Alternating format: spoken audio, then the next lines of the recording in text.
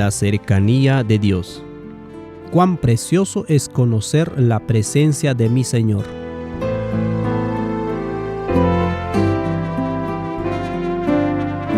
La realidad de la reconciliación entre Dios, el Padre y el hombre.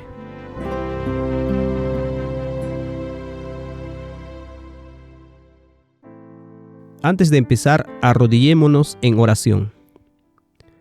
Padre bondadoso, nos deleitamos nuevamente en venir ante tu trono de misericordia y gracia para encontrar ayuda en este tiempo de necesidad. Si alguna vez hubo un tiempo de necesidad, es ahora. Padre, miramos la incertidumbre alrededor del mundo, pero miramos al cielo con seguridad, porque sabemos que tú estás al control y que todos tus planes llegarán a un buen puerto si continuamos siguiéndote, Señor, y te entregamos nuestros corazones. Te agradezco por habernos dado a Jesús, el autor y consumador de la fe, y por lo maravillosamente que trabaja en y a través de nosotros para hacer tu buena voluntad. Te ruego que hables a través de mí. Te agradezco por la preparación que se ha hecho para reunir esto. Y Señor, espero bendecir a tu pueblo, a tus hijos en este momento. En el nombre del Señor Jesús. Amén. Quiero investigar la realidad de la reconciliación entre Dios y el hombre. ¿Qué significa reconciliación? Ser nuevamente juntos. Ser juntados nuevamente. ¿Pueden reconciliarse y no volver a estar juntos? No tendría sentido, ¿verdad? Porque no sería una reconciliación si ese fuera el caso. Y por eso mi título, cuán precioso es conocer la presencia de mi Señor. Ese es el título largo. Cuán precioso es conocer la presencia de mi Señor. O la cercanía de Dios. Ese es el otro título corto. Es el título corto. Creación. ¿Por qué fue creado el hombre? El hombre fue hecho a imagen y semejanza de Dios con un propósito: temer a Dios y darle gloria, porque había llegado la hora de su juicio y para adorar al que hizo el cielo y la tierra, el mar, las fuentes de las aguas y todo lo que hay en ellos. Apocalipsis 14:7. Adán y Eva tuvieron el mismo precioso privilegio que nosotros tenemos hoy. Fueron creados para esa obra preciosísima, para dar gloria a Dios, que es entender y presentar su carácter. Representar su carácter. El mismo trabajo que tenemos en estos últimos días, que es compartir el Evangelio eterno, el plan de Dios para la humanidad que muestra cómo es Él. Cada criatura que ha sido creada fue creada para temer a Dios, para ver su magnificencia, para responder a Él, para darle gloria en su vida y para adorarle. La hora de su juicio llegó como resultado de que Lucifer se rebelara en el cielo y pusiera a Dios en el foco al plantear algunas cuestiones sobre él que no eran ciertas. Traficó con mentiras y engaños sobre Dios, y 1/3 de los ángeles cayó en su engaño y perdieron su gloriosa y honorable posición en el cielo, tal como dice Apocalipsis 12:4. Incluso los ángeles leales estaban confundidos y perturbados por los argumentos de Satanás. Se hizo necesario que Dios aclarara el aire y abordara las dudas que los seres creados tenían sobre su carácter y el fundamento de los principios de su gobierno, especialmente su misericordia y justicia.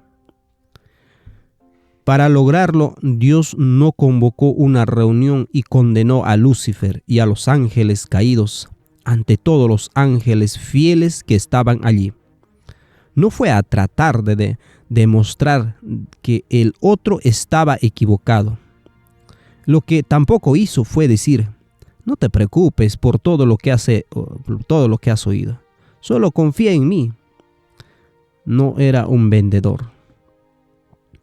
La aceptación ciega de la voluntad de Dios no devolvería la atmósfera de amor y comunión que Dios deseaba, porque después de todas las mentiras e insinuaciones, después de la triste realidad de la guerra de palabras, el polemos, la discusión en el cielo, como dice Apocalipsis 2:7, había una brecha en la confianza, la seguridad y la estabilidad en el universo.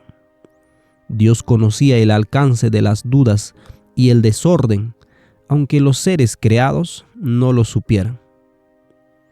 Así que en ese momento, si Dios simplemente se hubiera levantado y dicho: solo confía en mí, sus palabras habían sido baratas y vacías. Satanás había acusado específicamente a Dios de ser egoísta e indigno de confianza, y las palabras no son suficientes para superar esa acusación. Hay una expresión que dice: la prueba del budín está en el comer. Así que hay que probar y ver que Dios es bueno, como dice Salmo 34:8. El universo tenía que probar y ver. Y así se convirtió, por así decirlo, en un teatro, pero no de personas que fingen, no de personas que actúan, no de personas que simplemente asumen un papel.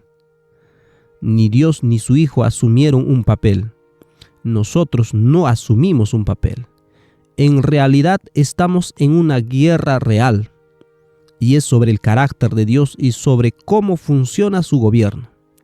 En particular, Dios estaba siendo observado y juzgado sobre cómo iba a tratar los problemas causados por la rebelión de Lucifer. Lo que se requería era esta demostración de cómo funcionan los principios del reino de Dios. Y así, Dios, aunque ya tenía el plan de crear al hombre, puso este plan en acción después de la caída de Lucifer. Fue a través de la observación de lo que sucedió en este mundo, a través de la multiplicación de la familia del hombre, que el reino de Dios se haría evidente. Así que Dios creó esta pareja, hecha a su imagen y semejanza. A semejanza de Dios los hizo, varón y mujer. El varón, la cabeza del hogar, y la mujer, la ayudante, la asistente. Así como el Padre es la cabeza de Cristo y Cristo asiste a su Padre en todas las cosas, así Eva debía asistir a su marido en el gobierno de las cosas de la tierra. En su dominio sobre las cosas de la tierra, sobre las criaturas de este planeta y la crianza de sus hijos, demostrarían a través de su obediencia y fidelidad a Dios cómo era este y cómo opera su gobierno. Después de haber formado a Adán del polvo de la tierra, Dios sopló en su nariz el aliento de vida, y Adán se convirtió en un alma viviente. Al recibir el Espíritu de Dios, Adán recibió el poder vitalizador, el don de la vida. Empezó a respirar y abrió los ojos, y miró hacia arriba y vio a su Creador. Ese debe haber sido un momento asombroso para Adán. Pero a Adán no le bastaba con vivir y respirar. Dios quería una relación más profunda con Adán, por lo que, junto con el poder vitalizador de la vida, se dio la presencia de Dios, que también llenó a Adán y Eva. La manifestación de esa realidad interna fue un hermoso resplandor externo, una vestimenta de luz que mostraba que la presencia de Dios estaba con ellos y en ellos. La Biblia nos dice que estaban desnudos, pero no se avergonzaban. No tenían ninguna razón para avergonzarse porque estaban cubiertos perfectamente, como Dios los había creado, con esta hermosa luz. Esa luz era muy similar a la que tenía Moisés cuando había estado en el monte durante 40 días con Dios. Cuando bajó, su rostro brillaba, por lo que se le pidió que se pusiese algo sobre la cara para cubrir la gloria.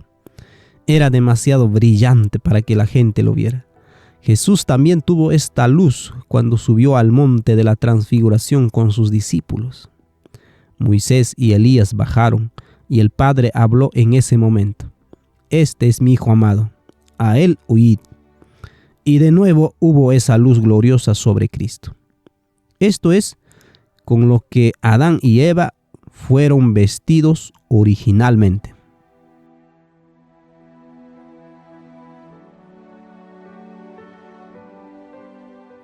El espejo.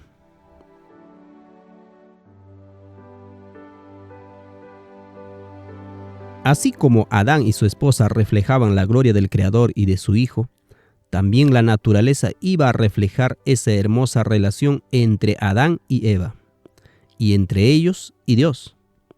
En la medida que el hombre se sometiera y obedeciera la voluntad de su Creador, ampliando y compartiendo el conocimiento de su carácter y sus caminos, así la naturaleza se sometería al hombre y el jardín se ampliaría en belleza y fecundidad. En esto, el carácter de Dios y los principios de su gobierno se verían maravillosamente y estarían perfectamente representados. Desgraciadamente, como todos sabemos muy bien, no todo lo que planeamos sale bien. Y como nos pasa a nosotros, también le pasa a Dios. No todo en el plan de Dios ha salido según lo previsto. Cuando las personas o los ángeles tienen el don más preciado, el de la libertad de elegir, siempre existe la posibilidad de que alguien elija decir: no quiero hacerlo así, no quiero hacerlo a tu manera, quiero hacerlo a mi manera.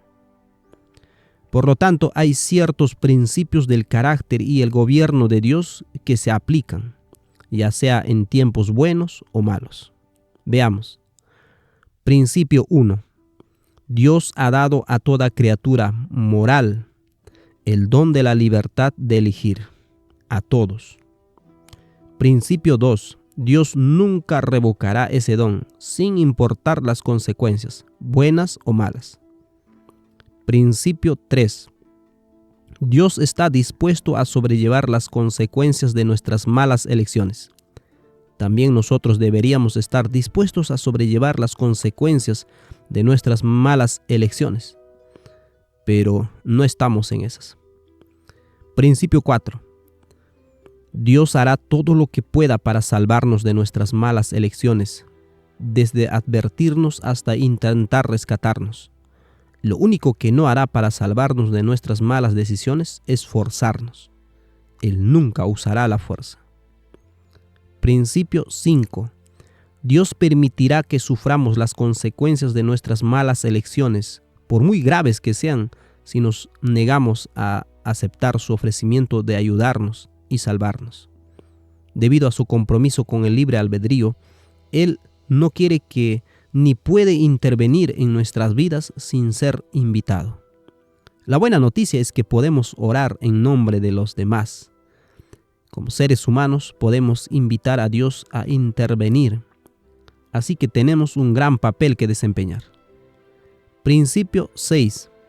Dios está dispuesto a asumir toda la responsabilidad por los resultados de todas las cosas bajo su gobierno soberano, porque permite que ocurran. Él podría decir: no voy a permitir que eso suceda. No voy a permitir que tengas esa libertad de elección. No puedo permitirlo, porque estás a punto de tomar una mala decisión. Dios no hace eso. Él asume toda la responsabilidad de los resultados, incluso si significa nuestra muerte. Él nos da la libertad de ir en esa dirección debido a los 5 principios anteriores. Principio 7.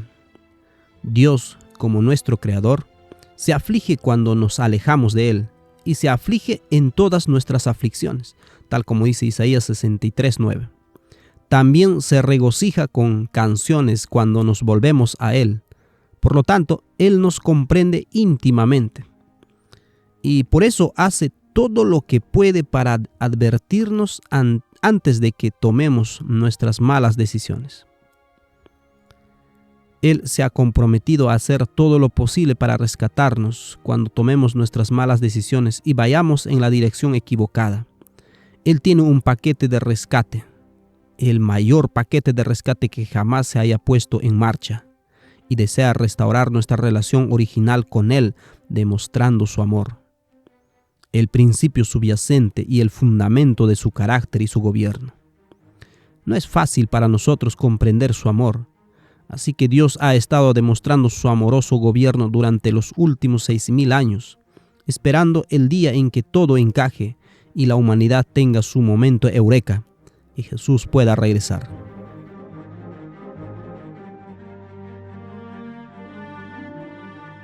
Adán y Eva.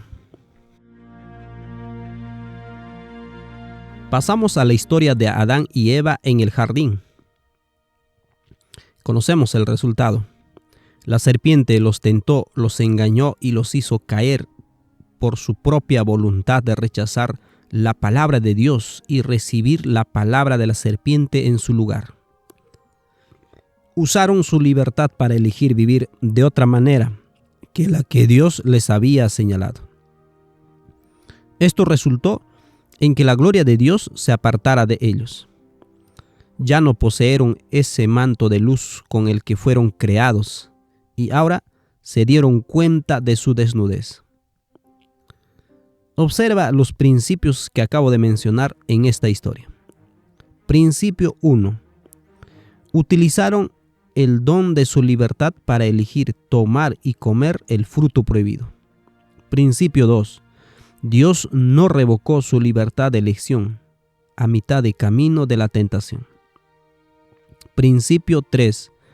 Dios estaba dispuesto a soportar las consecuencias de ser rechazado tanto en el dolor que le causaría a él, como en el dolor que le causaría a ellos. Principio 4. Él reveló su plan para salvarlos. Buena noticia, ¿verdad? Dios nunca nos deja abandonados, nunca aceptará ser rechazados sin tratar de recuperar nuestro amor. Hace todo lo posible para restaurar esa relación con nosotros, para que nos reconciliemos de nuevo con Él. Principio 5. Las consecuencias de su elección se hicieron evidentes cuando sus gloriosas vestiduras de luz se desvanecieron y fueron expulsados de su hogar en el jardín. Principio 6. Sabiendo lo que las consecuencias de su pecado traerían a la pareja, Dios aún permitió que aprendieran sus lecciones en el jardín más grande de la vida, fuera del jardín del Edén. Este punto se convirtió en el teatro y el aula de la vida. Aquí es donde la naturaleza iba a reflejar lo que hay en Adán y Eva y su familia. El corazón humano es termostato que gobierna los niveles de estrés o confort de la vida. La naturaleza es el termómetro que revela dónde están los niveles. Observa que el corazón humano es invisible y la naturaleza es visible. A lo largo del resto de sus vidas aprenderían la naturaleza de sus corazones y las consecuencias de su pecado a través del reflejo que les proporcionaría la naturaleza. Esto se aplica igualmente en nuestros tiempos modernos. Las espinas eran una manifestación de la rebelión de Adán y Eva, al igual que el caos ecológico que hoy es una manifestación del caos y el desorden en el corazón de la humanidad. Pregunta: ¿qué va a tener que decirnos la naturaleza para que reconozcamos nuestro quebranto? Otra cosa que es importante recordar es el dolor que Dios sufre como resultado de la caída del hombre. Estar separado de sus hijos le causa a Dios un dolor infinito. Llegarse a los hombres y ser rechazado constantemente, sabiendo que el rechazo tiene consecuencias terribles, llena a Cristo de angustia. No es fácil para Dios ver que sus hijos tienen que caminar con nuestro mundo de sufrimiento y dolor. Cada espina y cada cardo experimentados por el hombre son un espejo visible del dolor que también sufre nuestro Padre Celestial. mientras está separado de sus seres queridos.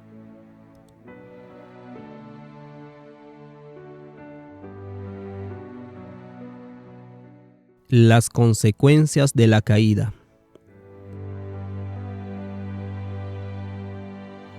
Consecuencia número 1. Juicio y condenación.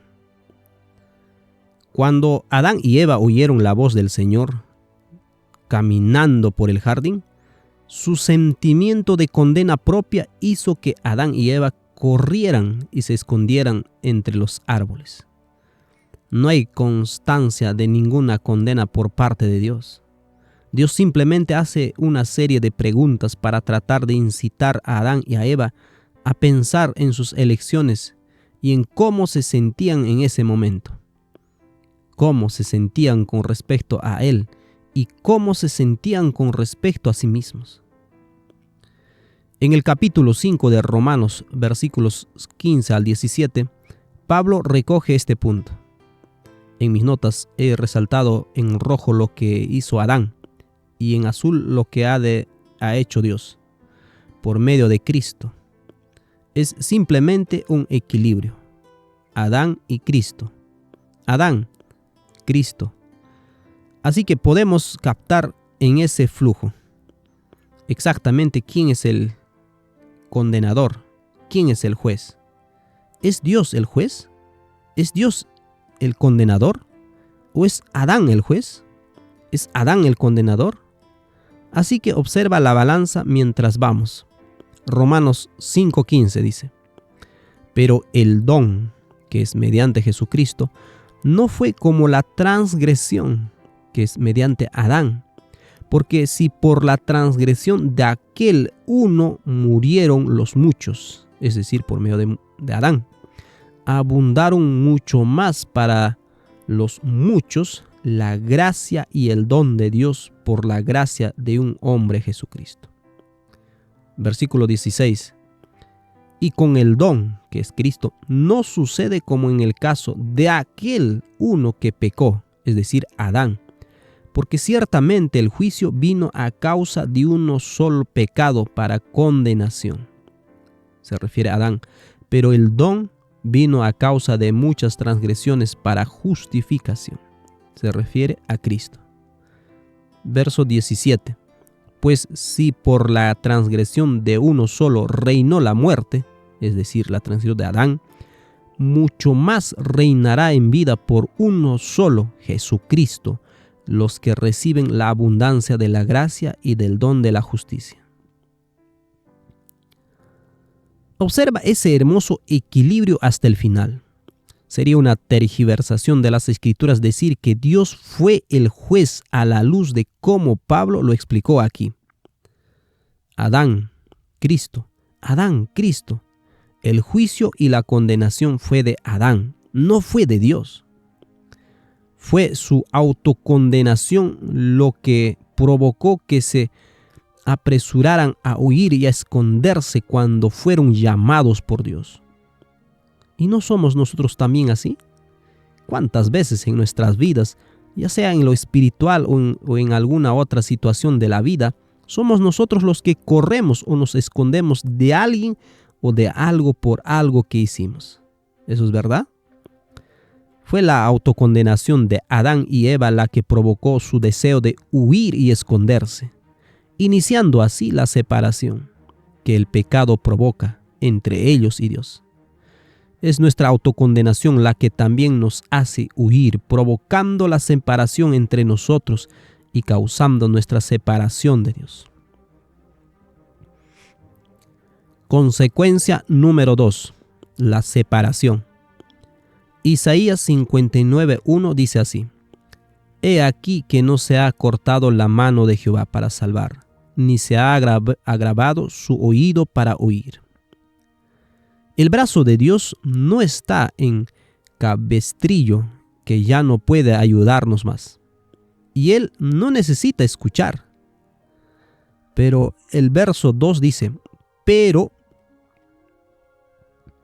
vuestras iniquidades han hecho división entre vosotros y vuestro Dios, y vuestros pecados han hecho ocultar de vosotros su rostro para no oír. Mira, Dios no nos escucha, pero piénsalo. ¿Por qué no va a escuchar? Él ve a Adán y Eva en el jardín.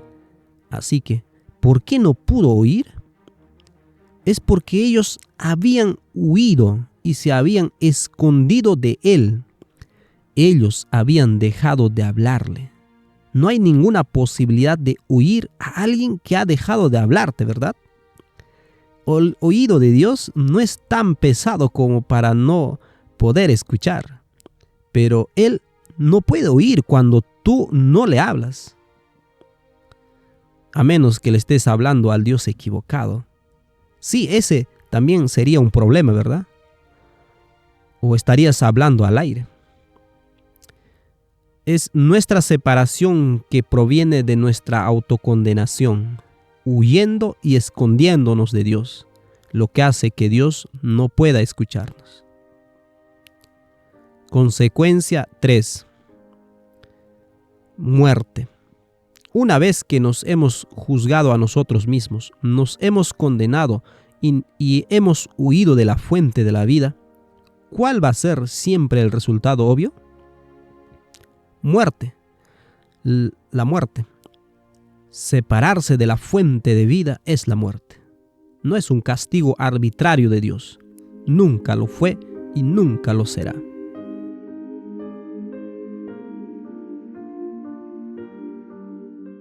Dios odia ser separado de sus hijos. El deseo de Dios es estar cerca de sus hijos, siempre. Su deseo nunca ha cambiado. Se demuestra claramente en Génesis 3 que el pecado no separa a Dios de nosotros. Nos separa a nosotros de Dios. Nosotros somos los que huimos. Dios no tiene un problema con nosotros. Nosotros tenemos un problema con Dios. El mismísimo hecho de que Dios viniera al jardín en busca de sus hijos nos muestra claramente cuánto los ama. También demuestra cuánto nos ama a nosotros. Su deseo de estar con ellos no había disminuido en absoluto, como tampoco ha disminuido su deseo de estar con nosotros. La razón por la que Dios no puede acercarse a nosotros en nuestro estado pecaminoso no es porque no quiera estar cerca de nosotros, no es porque no quiera estar con nosotros, es porque nosotros no queremos estar cerca de Él, no queremos estar con Él. El brillo de su gloria y la pureza de su carácter serían para nosotros un fuego consumidor de autocondenación que causaría nuestra muerte instantánea, y esto Dios lo evitará a toda costa. ¿No es increíble? Es algo maravilloso. El amor de Dios por nosotros es tan fuerte.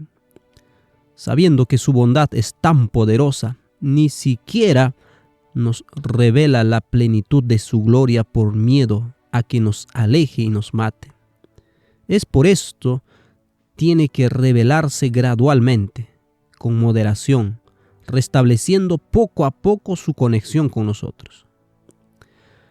Sabemos que toda la comunicación del cielo es a través del Hijo de Dios.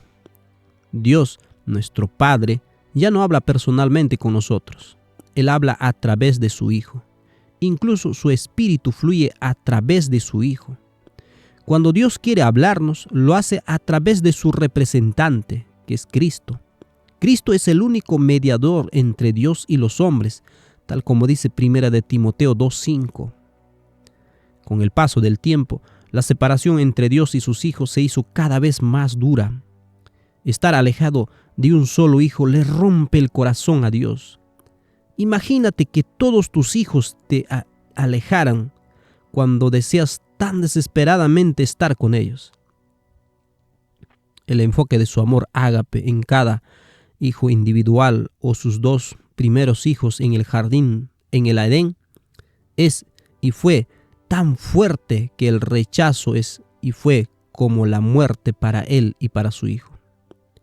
El rechazo atravesó sus corazones de una manera que no creó que no creo que entendamos.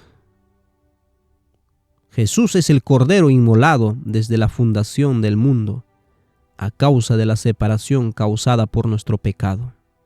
Él comparte el dolor de su Padre. Dios anhela estar cerca de nosotros y vernos vivir para siempre en alegría y plenitud.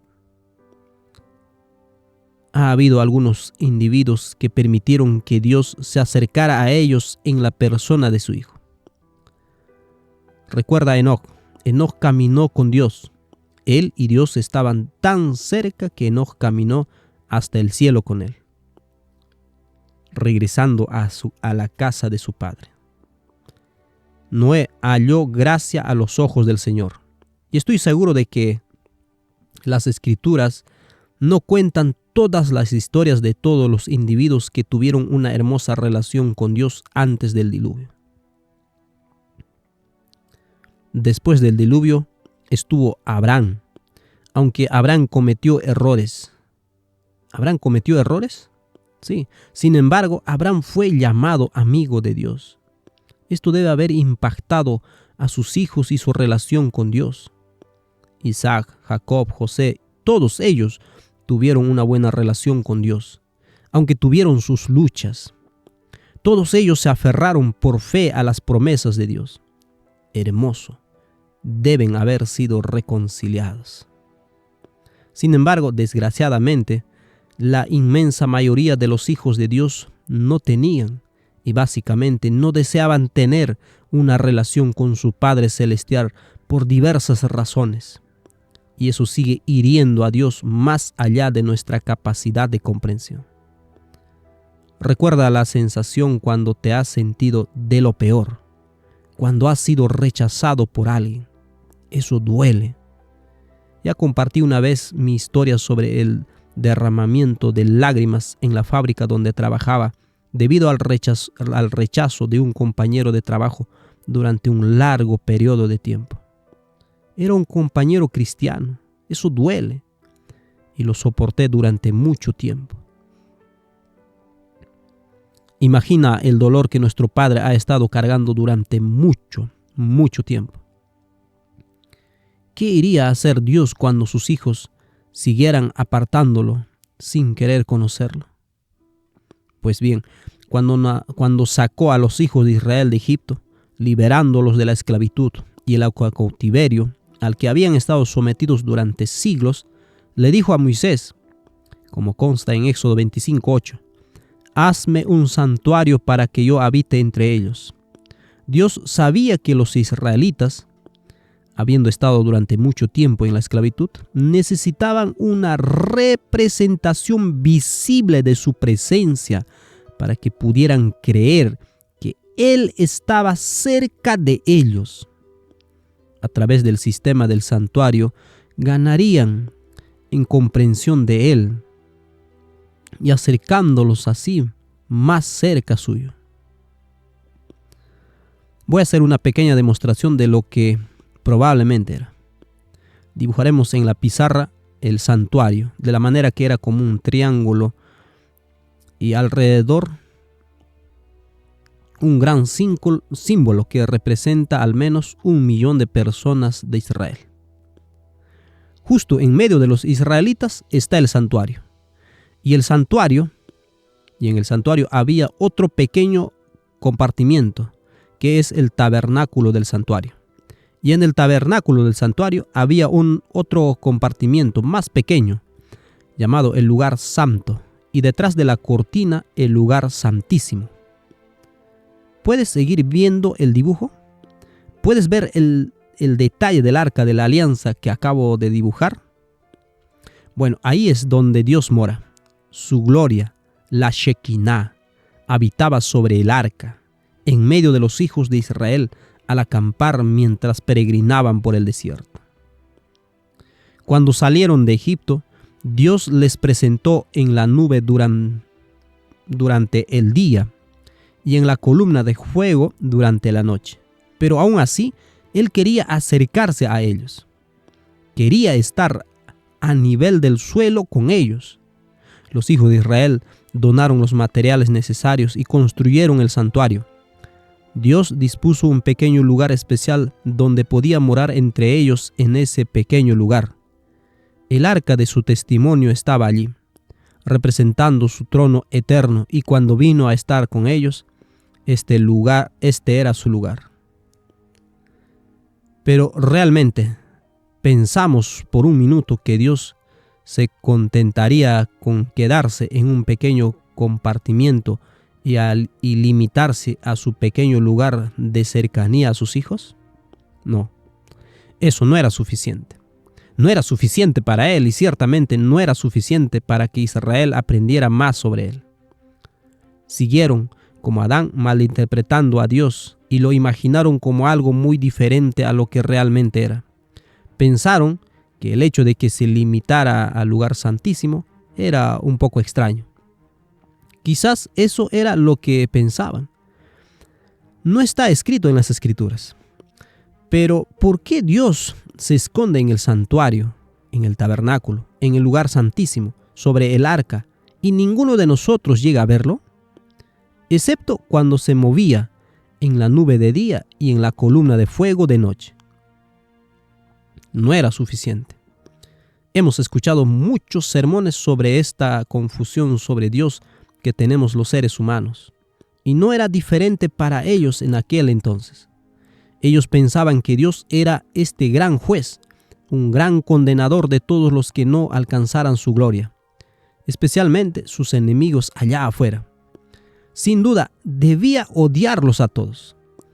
Así que no estaban entendiendo el panorama, no estaban comprendiendo. Y así, las lecciones que Dios planeaba que se aprendieran a través del santuario y sus servicios nunca fueron aprendidas por Israel. De hecho, fue tan mal que los hijos de Israel fueron tras otros dioses, porque eran más tangibles y aparentemente más fáciles de apaciguar. ¿Necesitaba Dios ser apaciguado? ¿Quería eso de alguna manera? No. Dios solo quería ser conocido por sus propios hijos, y esto estaba resultando una tarea difícil de lograr. Dios sabía que la única forma en que los hombres llegarían a conocerlo como realmente era siendo representado con precisión por algo que pudieran ver. Tal vez un compañero, así que lo hizo a través de su Hijo. Así que pasamos del santuario al Hijo de Dios.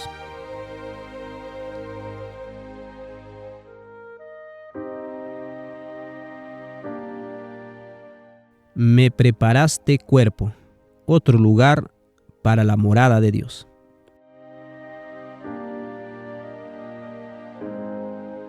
Dios envió al único ser del universo que lo conocía íntima y perfectamente, que podía representado como realmente es. Aleluya a eso. Dios amó tanto al mundo que dio a su Hijo unigénito para que lo representara. Jesús vino y dijo enfáticamente: el que me ha visto a mí, ha visto a mi Padre. Las palabras que os hablo son las palabras que me da mi Padre, y yo hago lo que veo hacer a mi Padre. Juan 14, versículo 9 al 10. Así que si queremos saber cómo es Dios, y necesitamos saber cómo es Dios, entonces la prueba es Jesús. Como esto ciertamente no funcionó en el santuario, como no funcionó, entonces no fue suficiente para ellos ni para nosotros, aunque hay lecciones de ellos de las que todavía podemos obtener conocimientos. Hebreos 10:5 dice: por lo cual, entrando en el mundo, dice, sacrificio y ofrenda no quisiste, mas me preparaste cuerpo. Cuando Jesús vino, no fue con el propósito de morir. Los hombres piensan que Dios necesita sangre para perdonarnos, pero eso no era lo que se trataba. Sacrificio y ofrenda no quisiste, mas me preparaste cuerpo. ¿Un cuerpo? ¿Solo para ser sacrificado? No. Un cuerpo a través del cual pudiera representar el carácter de su Padre maravillosamente a la gente que lo rodeaba. Observa con qué claridad este versículo expone el tema en cuestión. No se trataba de apaciguar a Dios, se trataba de representar a Dios para que lo conociéramos, y Jesús lo hizo en la carne, como dice Juan capítulo 1, versículo 14. Y aquella palabra fue hecha carne y habitó entre nosotros, y vimos su gloria, gloria como del unigénito del Padre, lleno de gracia y de verdad. Por supuesto, sabemos que al final de su ministerio, al orar al Padre, Jesús dijo: te he glorificado en la tierra, he terminado la obra que me diste que hiciese. Esto está en Juan capítulo 17. Esta obra consistía en revelar a la gente cómo era realmente Dios. Y Jesús lo hizo perfectamente. Pero había algo más que eso. Recuerda que Dios quería estar cerca de sus hijos. Y fue a través de Cristo, o debería decir en Cristo, que Dios Padre pudo dar un paso más cerca para estar con sus hijos. Bien, aquí está Jesús. Así que Jesús está allí. ¿Y dónde está Dios? Antes Dios tenía un pequeño lugar sobre la caja en el santuario. Ahora Dios tenía un lugar en su Hijo. Dios estaba en Cristo reconciliando al mundo consigo mismo. El arca era inmovible, excepto cuando viajaban. Y la Shekinah ciertamente no estaba allí cuando el arca era transportada. Pero ahora Dios tiene un hijo o a su Hijo para hacer claro su carácter, para añadir comprensión de lo que estaba tratando de decir en el sistema del santuario. Jesús estaba afuera, alrededor, mezclándose con la gente, y el Padre podía mezclarse con más de sus hijos a través de Cristo. Puedes ver el paso de este lugar permanente, que es el tabernáculo o el santuario, a un lugar donde Él podía salir y moverse a través de su Hijo. Segundo de Corintios 5:18 dice: y todo esto proviene de Dios, quien nos reconcilió consigo mismo por Cristo y nos dio el ministerio de la reconciliación. Ese es el siguiente paso, que Dios estaba en Cristo reconciliando consigo al mismo, no tomándoles en cuenta a los hombres sus pecados, y nos encargó a nosotros la palabra de la reconciliación. Segunda de Corintios 5:19. Fíjate bien, la reconciliación entre nosotros y Dios no se basó en un sistema de apaciguamiento. No pudo serlo porque el apaciguamiento no manifiesta correctamente el carácter de Dios. La condenación vino ¿de quién? De Adán, no de Dios. ¿Recuerdas eso que leímos en Romanos 5:16? La separación vino de Adán, no de Dios. Adán huyó y se escondió, no Dios. Dios sabía lo que había en el corazón de Adán. Adán no sabía lo que había en el corazón de Dios. Había sido sorprendido por el enemigo, que le había retorcido la mente con noticias falsas sobre Dios. Se tragó el anzuelo, la línea y el plomo. La mala interpretación fue un problema de Adán, no de Dios. Por lo tanto, la solución para salvarnos del pecado no era crear más miedo y condenación a través de un sistema de apaciguamiento y sacrificio, sino crear la paz y la seguridad de que Dios nos ama. Y ese amor por nosotros nunca ha fallado. Y esto lo hizo a través de un cuerpo que había preparado, y era su Hijo. Había que dar una verdadera representación de la bondad de Dios en toda su gloria para que la mente de los hombres se tranquilizara. Era necesario alivio, no apaciguamiento. Necesitábamos que nuestros corazones se tranquilizaran, que estuvieran a gusto con Dios, que viéramos cómo era Él realmente en todo su amor. Solo ver el verdadero amor de Dios por nosotros puede hacer que nuestros corazones vuelvan a Él. Esto es la reconciliación.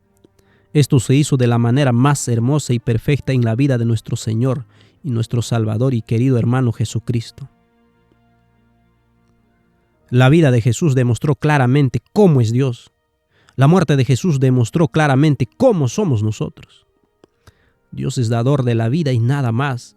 Nosotros por naturaleza somos tomadores de vida y nada más. Dios vive en esperanza, nosotros vivimos en el miedo. Dios se deleita en la misericordia, nosotros nos deleitamos en la condena. Por eso vivimos en el miedo. Como juzgamos, esperamos ser juzgados. ¿Recuerda la historia de Caín? Esperamos que Dios nos juzgue porque eso es lo que nosotros hacemos y pensamos que Dios es como nosotros, como dice Salmo 50, verso 21.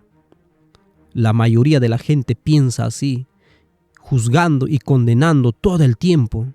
Así es como la mayoría de la gente vive y se mueve, y actúa y tiene su propio ser, pensando que Dios está juzgando y condenando y destruyendo todo el tiempo, cuando en realidad estamos viviendo a la sombra de un ídolo de nuestra propia incomprensión. Y esto solo trae consigo condena propia y condena a los demás, un duelo de golpes que nunca termina. Para romper el ciclo de nuestra autocondenación y el miedo a Dios, Dios envió a su Hijo unigénito, Jesús, para demostrar su carácter misericordioso, su bondad eterna y su gracia más gloriosa. Ya no necesitamos temer a Dios. La imagen de Dios ha sido corregida. El malentendido y la incomprensión han sido eliminados. Y así el proceso de reconciliación se completa en Cristo. Cuando entendamos que los pensamientos de Dios hacia nosotros son paz, esperanza y abundancia de alegría, le responderemos con una sumisión total de nuestras vidas a sus planes. Le entregaremos nuestros corazones para que los guarde, pero solo cuando nos hayamos reconciliado de verdad en nuestros corazones. Por eso Jesucristo es el autor y consumador de la fe. Por eso Él es el autor y consumador de nuestra fe. Porque es mirando a Él que entendemos a Dios y reconocemos finalmente cuánto nos ama. Aleluya, porque la descripción que Dios dio de sí mismo a Moisés hace tantos años sobre su carácter se demostró correcta. ¿Es cierto? ¿Lo crees? En Jesús se ha demostrado que es correcto. Dios es fuerte, misericordioso, piadoso, tardo para la ira y grande en misericordia y verdad, que guarda misericordia a millares, que perdona la iniquidad, la rebelión y el pecado, tal como dice Éxodo 34, 6 y 7. Esa es la actitud de Dios hacia nosotros. La vida de Cristo nos mostró de una vez por todas que Dios no está interesado en una reconciliación legal, basada en el apaciguamiento, donde alguien tiene que morir para pagar la deuda del pecado que Dios exigió que se pagara. Que hasta que esta muerte se cumpla y la ira de Dios se apacigüe, Él no perdonará. ¿De verdad? No puede de esa manera. Es realmente ilógico cuando se piensa en ello. La vida de Cristo nos muestra que el Padre está desesperado porque conozcamos su amor, su misericordia y su voluntad de perdonar nuestros pecados y restaurar nuestra unión, nuestra unidad. Por eso se desarrolló esa palabra expiación, la unión de dos partes para ser una. En el inglés es la palabra atonement, que quiere decir la unión de partes para llegar a ser una. Cuando todavía éramos pecadores, cuando todavía teníamos una comprensión completamente falsa del carácter de Dios, Cristo murió por nosotros. Qué bueno es eso, qué misericordioso es eso. Murió no para pagar una deuda que Dios exigía, sino para mostrarnos que por naturaleza odiamos y condenamos, incrédulos, hacia el verdadero carácter de Dios. Habiéndonos mostrado cómo somos, pudo decir: ¿te has dado cuenta de que todavía te amo? Todavía te amo. No importa lo que hayas hecho o me hagas, todavía te amo, todavía te amo, todavía te amo. Esto es lo que no se entendió en el cielo. en el origen de la rebelión de Satanás. Los ángeles debieron preguntarse, ¿cómo funciona el amor de Dios? No lo entendía. ¿Por qué tuvo que abandonar Lucifer el cielo? ¿Tenía alguna razón legítima? Ha sido un proceso muy complejo, ¿verdad? Aprender sobre el amor ágape de Dios. Ha sido un proceso complejo para que lleguemos a comprender, para comparar las escrituras con las escrituras y para compartir nuestro pensamiento sobre ellas juntos y para llegar a este hermoso evangelio. No para llegar sino para recibir este glorioso evangelio. Dios ha estado esperando durante miles de años, con la esperanza de que la humanidad alcanzara la verdad sobre su amor. Ha estado suplicando que recibamos la verdad sobre Él, tal y como se revela a través de su Hijo. ¿Hay alguien que la quiera? ¿Alguien quiere creer la verdad sobre Él? Es gratis. ¿Alguien? Es gratis. Esperando que recibas este tesoro para comprar sin dinero, sin precio. Sí, Cristo murió por nosotros. Dios permitió que esto sucediera. Él no exigió que sucediera.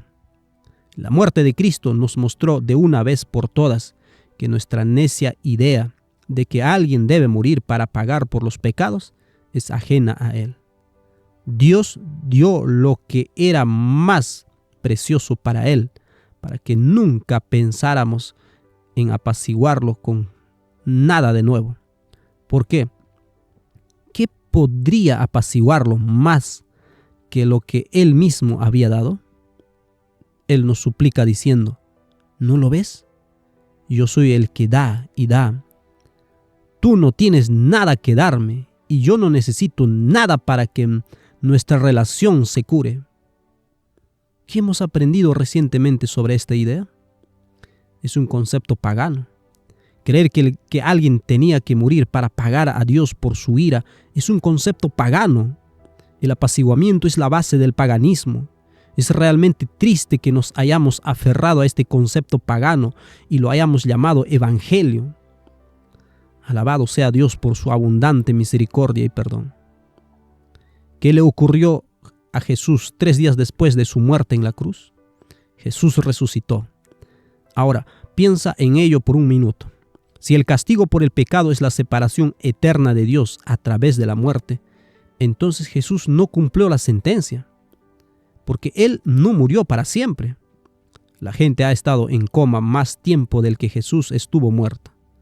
Así que no pudo haber sido el castigo, no pudo haber sido la pena.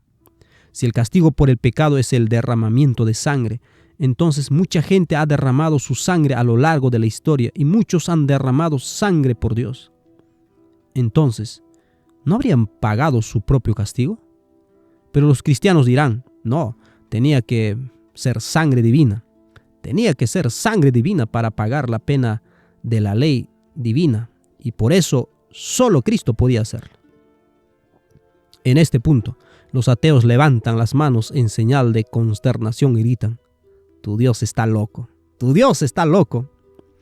¿Tu Dios exige la muerte de su propio Hijo antes de perdonar a otros? Eso es una cabeza dura. Y he estudiado con un ateo que ha expresado exactamente estos pensamientos. Él nunca, jamás podría aceptar esa clase de Dios. Pero ahora tiene una hermosa relación con Él debido al evangelio eterno, no al evangelio del Dios sediento de sangre. No fue la muerte de su Hijo lo que se requirió para pagar por nuestros pecados. Dios simplemente quiere perdonarnos. Él quiere que reconozcamos cómo somos. Confesar. Si confesamos nuestros pecados, ¿qué dice la Biblia? Él es fiel y justo para perdonar nuestros pecados y limpiarnos de toda maldad. 1 Juan 1:9. Eso es todo lo que Él quiere. Que nos humillemos y reconozcamos nuestro pecado y que vengamos humildemente ante Él. Dios simplemente quiere perdonarnos, pero nosotros seguimos poniendo condiciones que creemos que Él requiere para perdonarnos. ¿No es una locura? Y lo hacemos porque así es como tratamos con los demás y Por lo tanto, pensamos que es lógico que así es como Dios debe tratar con nosotros. No. Así pues, solo recapitulo antes de pasar a la parte final de la charla. 1. Debido a que el pecado nos separó de Dios en el jardín del Edén y nuestra incomprensión nos hizo huir de Él, Dios se entristeció o apenó mucho. Así que se tuvo que poner en marcha un proceso de reconciliación. El Evangelio eterno comenzó en el jardín del Edén. 2. Toda la comunicación con la humanidad a través de ese momento fue a través de su Hijo, que hablaría con Adán y Eva en el jardín, y luego a través de los patriarcas y profetas a lo largo del tiempo, cuando le permitieron acercarse a ellos. Él expondría el plan de salvación, pero no siempre se entendía claramente. 3. Dios le pidió a Moisés que hiciera un santuario para que Dios pudiera morar entre ellos, para estar cerca de ellos, sus hijos. Su Shekinah revelaría cuando su presencia estaba con ellos. Lamentablemente sabemos que esto tenía sus limitaciones. Los hombres siguieron buscando otros dioses para adorar, que actuaran más como nosotros. 4. Así que Dios envió a su Hijo unigénito, y Dios estaba en Cristo reconciliando al mundo consigo mismo en cada acto hermoso, en cada toque y curación de alguien, el partimiento del pan y los peces y la alimentación de la gente. Cada toque, el toque de los leprosos y el lavado de los pies de los discípulos en esa última noche, el partimiento del pan y la copa de vino. Cada pequeño acto maravilloso fue hecho con dignidad y gracia, y fue un reflejo del carácter glorioso del Padre.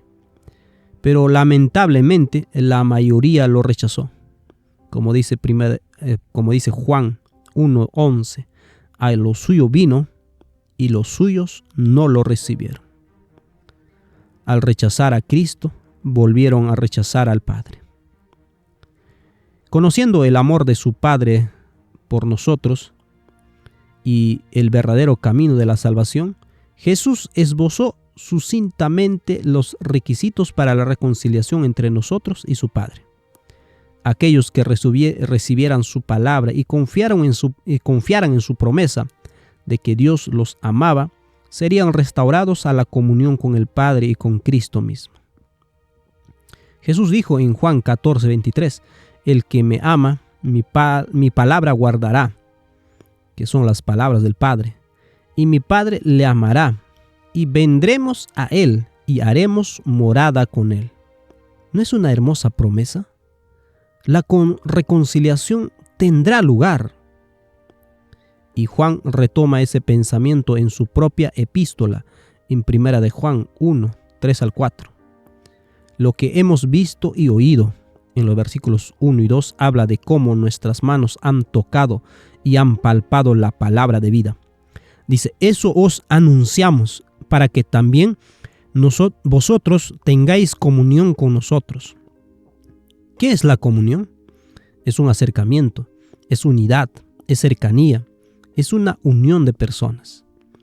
Dice, para que también tengáis comunión con nosotros. Y nuestra comunión verdaderamente es con el Padre y con su Hijo Jesucristo.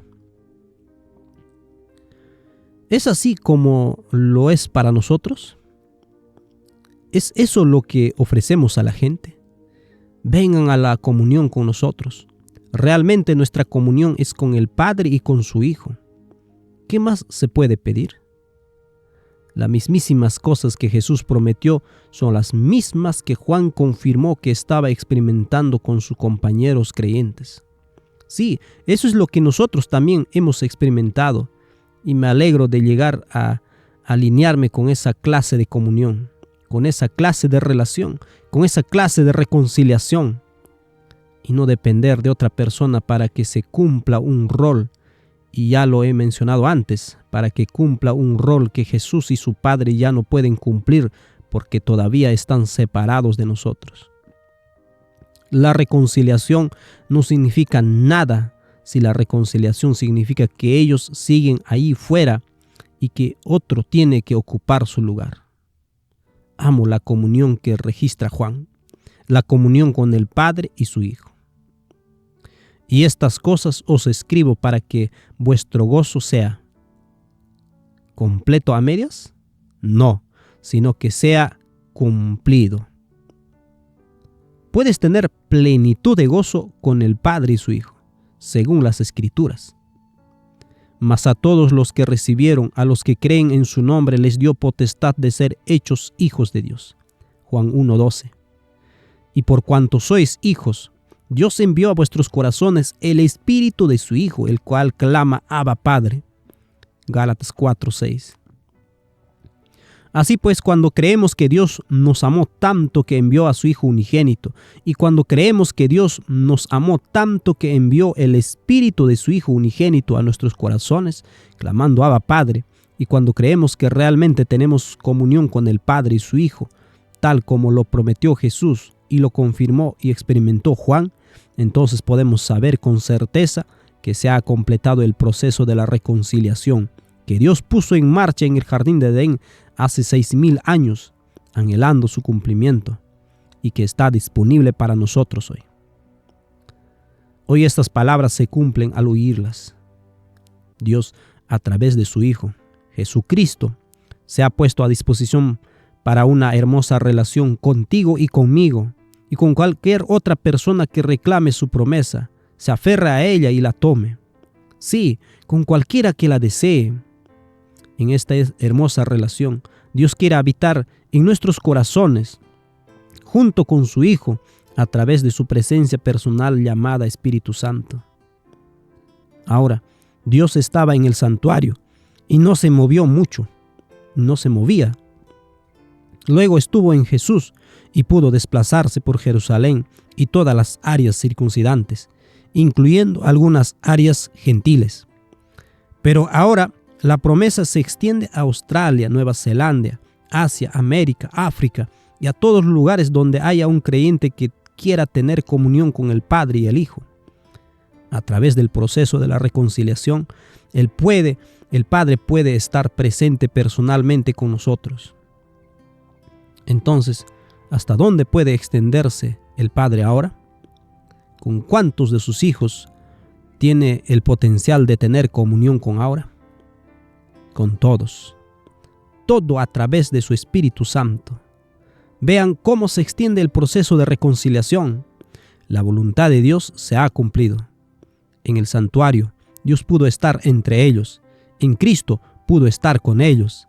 Y ahora, a través del Espíritu Santo, puede estar en nosotros. Realmente la reconciliación es completa. Hemos sido reconciliados con nuestro Padre Celestial. Aleluya.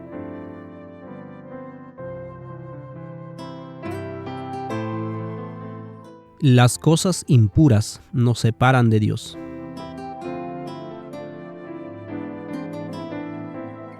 Leemos 2 de Corintios, capítulo 6, versículo 16 al 18. ¿Y qué acuerdo hay entre el templo de Dios y los ídolos? Porque vosotros sois el templo del Dios viviente, como dijo Dios: habitaré y andaré entre ellos, y seré su Dios, y ellos serán mi pueblo. Por lo cual, salid de en medio de ellos y apartaos, dice el Señor, y no toquéis lo inmundo, y yo os recibiré, y seré para vosotros por Padre, y vosotros me seréis hijos e hijas, dice el Señor Todopoderoso. ¿Qué es lo impuro que nos separa de Dios? ¿Es un pedazo de madera elaboradamente detallado o un pedazo de arcilla que se moldea en una forma particular de alguna imagen? ¿Es eso lo impuro que nos va a separar de Dios? ¿Es un alimento en particular que no es tan bueno para nuestro cuerpo? ¿Es eso lo impuro que nos separa de Dios? ¿Es una bebida alcohólica que tiene un efecto negativo en la mente y el juicio? ¿Qué tal un lugar donde la gente mala asiste y hace cosas malas? Tal vez todas estas cosas son impuras y pueden separarnos de Dios, pero ¿cuál es la cosa verdaderamente impura que nos separa de Dios? ¿Será la vestimenta babilónica? La vestimenta babilónica. Una idea equivocada, quizás. Tal vez la cuestión verdaderamente impura que nos separa de Dios es el malentendido y mala representación que tenemos de nuestro Padre Celestial. Juzgar mal a Dios y haciéndolo pasar por un Dios enojado, vindicativo, vengativo, lleno de odio y de ira. Que no es eso lo que es. Quizás este es el pensamiento impuro que nos separa de Dios. De este entendimiento impuro de Dios provienen todas las acciones y pensamientos impuros hacia Dios, y la falta de conexión hace que nuestra obediencia sea inútil. Esta imagen equivocada de Dios ha puesto una barrera impura en nuestros corazones. Deja que Él lo elimine mediante la revelación de su amor, que se encuentra en su Hijo Jesucristo. Y deja que Él te reciba mientras dejas de huir de Él. Si le permites volver a entrar en tu corazón, como es su deseo, volverá a ser, con tu permiso, un padre para ti y seremos sus hijos e hijas. Acércate a Dios. ¿Y qué hace Él automáticamente? Se acerca a nosotros. Sí, Él se acerca a nosotros. Santiago 4:8 dice, eso es lo que Él siempre ha querido, pero espera que respondamos a su espíritu. Este ha sido su plan y deseo todo el tiempo, que lo dejemos entrar. Cuando este evangelio del reino sea predicado en todo el mundo como testimonio a todas las naciones, entonces vendrá el fin. Entonces el caminar invisible que estamos teniendo con Dios ahora dará paso a ese caminar visible con Dios cuando Jesús regrese y nos lleve a casa de su Padre, donde las mansiones están preparadas y esperando por nosotros, esperando por mucho tiempo. ¿Es tu deseo estar con Él donde Él está? ¿Es tu deseo estar donde Él está? Entonces deje que esté donde Él quiere estar ahora mismo. Deja que Él esté donde quiere estar en este momento. Esa es la reconciliación. Estar muy cerca de ti. De hecho, en tu corazón. Ese es su deseo. Pronto, muy pronto seremos restaurados a nuestro hogar celestial para no separarnos nunca más. Llevemos esta buena noticia a todo nuestro mundo y hagamos saber a la gente que su Padre Celestial no tiene malas intenciones con ellos. Hagamos saber a la gente que Él anhela reconciliarse con ellos y ocupar un lugar en sus corazones también. Y darles un final esperado, un final positivo, un final hermoso. El mundo necesita buenas noticias en este momento, ¿no es así? Seamos nosotros los que lo demos. Tomémosla y compartamos todo lo que hemos experimentado, lo que hemos contemplado y oído y sentido y tocado y palpado con nuestras propias manos. Que Dios nos bendiga al compartir no solo lo que sabemos, sino lo que hemos experimentado y seguimos experimentando con nuestro Padre y con su Hijo, con todas las personas del mundo. Hagamos saber que hay un Dios en Israel que anhela enviar a su Hijo para llevarnos de vuelta a casa, para estar con Él. Oremos. Padre bondadoso, te agradecemos la claridad del mensaje de las Escrituras, que no eres tú quien nos ha puesto una barrera, sino que somos nosotros los que te hemos puesto una barrera. Perdónanos, Padre, por esto. Perdónanos por no haberte entendido, por haberte imaginado como algo totalmente equivocado. Te agradecemos que nos hayas procurado. Enviaste a Jesús al mundo para venir a buscar y salvar lo que se había perdido. En Él estabas reconciliando al mundo contigo. No has dado la palabra de la reconciliación, nos has dado a ti mismo, tu Espíritu, para que habite en nosotros, para que haga tu buena obra en nosotros. Padre, cuando nos vayamos de este campamento, esta noche o mañana, cuando nos separemos, nuestros corazones estarán tristes porque nos amamos aquí. disfrutamos de la compañía de los demás, de la comunión, de la plenitud de gozo, y sin embargo, debemos irnos. Hay trabajo que hacer en varios lugares, y te ruego que tu bendición vaya en cada cabeza que se inclina aquí, con cada persona y familia que está mirando por vía online. Padre, bendícelos con la seguridad de que Dios los ama, pase lo que pase, y que podamos dejar de castigarnos con juicio propio y condenación, porque tu juicio es definitivo y tú nos darás lo que deseamos. Padre, te ruego que tus deseos sean nuestros deseos, que tu perdón y tu disposición a perdonar se reflejen en nuestra disposición a pedir perdón y alejarnos de nuestros pecados, que completes tu buena obra para que la vida de Cristo y la mente de Cristo se conviertan en nuestras. Padre, te doy gracias de nuevo por todos los mensajes de esta semana, los hermosos mensajes que han venido desde aquí al frente. Te agradecemos que podamos grabarlos y ponerlos por online para que la gente los vea, porque si nuestras voces son silenciadas, tu palabra seguirá adelante. Bendice tu palabra, la Biblia, en todos los rincones de este mundo, donde la gente la lea, que perciban la verdad como es en Cristo, para que tu obra y la gloria de Dios entre todas las naciones pueda ser completa y el fin pueda llegar. Te agradezco, Señor, por escuchar esta oración y por este tiempo juntos, en el nombre de Jesús. Amén.